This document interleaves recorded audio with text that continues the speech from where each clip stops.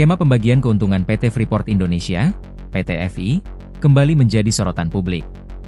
Pada 2024, perusahaan tambang tersebut mencatatkan laba sekitar Rp67 triliun dari aktivitas pertambangan emas dan mineral lainnya di Papua.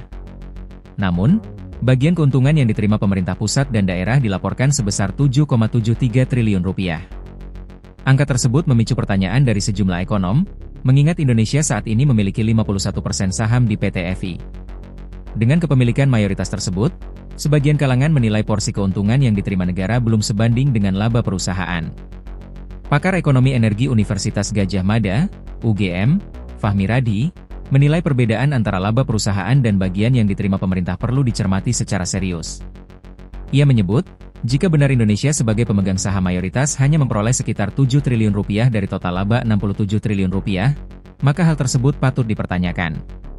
Kalau benar Indonesia yang menggenggam saham 51% di Freeport, hanya dapat bagian keuntungan Rp7 triliun saja, itu manipulasi. Sudah sangat keterlaluan merugikan Indonesia, ujar Fahmi saat berbincang dengan inilah.com di Jakarta, Sabtu, 27 Desember 2025. Fahmi yang pernah menjadi anggota tim reformasi tata kelola migas di bawah kepemimpinan almarhum Faisal Basri menilai, dugaan adanya ketidakwajaran dalam pembagian keuntungan sangat terbuka. Menurut dia, posisi Freeport sebagai pemegang saham pengendali memungkinkan adanya pengaturan tertentu dalam skema pembagian laba. Untuk itu, Fahmi mendorong pemerintahan Presiden Prabowo Subianto agar berani mengambil langkah tegas.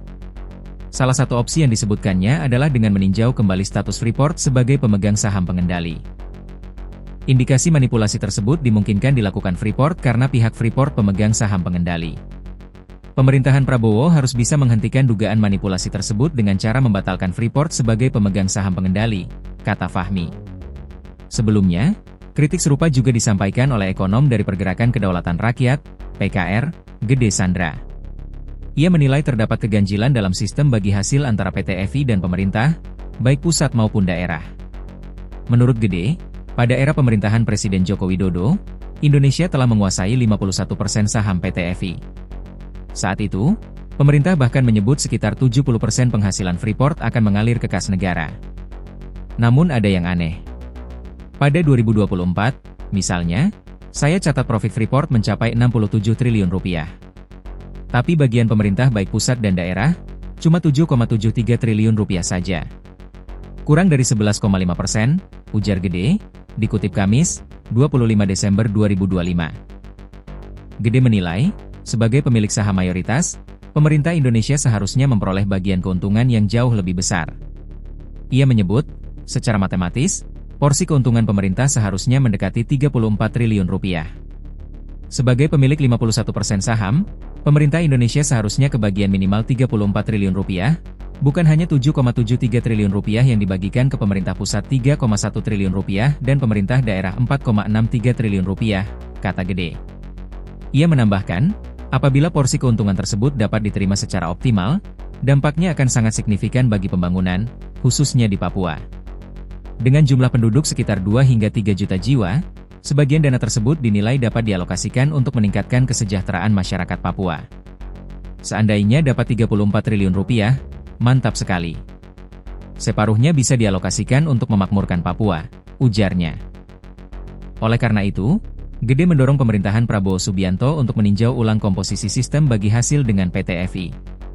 Menurut dia, pengelolaan sumber daya alam harus benar-benar diarahkan sebesar-besarnya untuk kepentingan rakyat. Siapapun pengelolanya, cuan terbesar dari tambang Freeport harus untuk rakyat Papua, imbuh Gede. Di sisi lain, PT FI menyatakan telah menjalankan kewajibannya secara transparan dan akuntabel. Presiden Direktur PT FI Tony Wenas menjelaskan, perusahaan telah menyetorkan sekitar Rp7,73 triliun sebagai bagian keuntungan bersih untuk pemerintah pusat dan daerah pada 2024. Perusahaan senantiasa transparan dan akuntabel dalam menjalankan kewajibannya. Pembayaran bagian daerah dari keuntungan bersih merupakan bukti nyata komitmen perusahaan dalam berkontribusi pada pembangunan ekonomi daerah, ujar Tony Wenas, Rabu, 23 April 2025. Ia merinci, dari total Rp7,73 triliun tersebut, pemerintah pusat menerima sekitar Rp3,1 triliun, sementara pemerintah daerah memperoleh Rp4,63 triliun.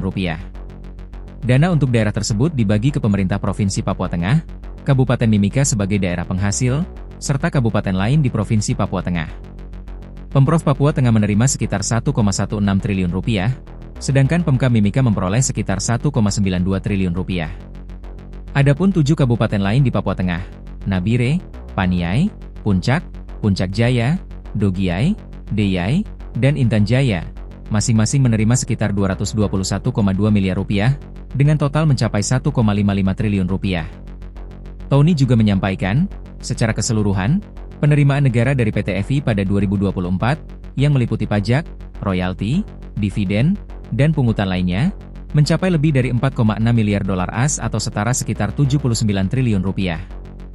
Angka tersebut sudah termasuk kontribusi ke daerah yang mencapai lebih dari 11,5 triliun rupiah. Perbedaan pandangan antara ekonom dan pihak perusahaan ini menunjukkan bahwa isu pembagian keuntungan Freeport masih menjadi perhatian publik. Kedepan, transparansi dan evaluasi kebijakan dinilai menjadi kunci untuk memastikan pengelolaan sumber daya alam benar-benar memberikan manfaat optimal bagi negara dan masyarakat, khususnya di Papua.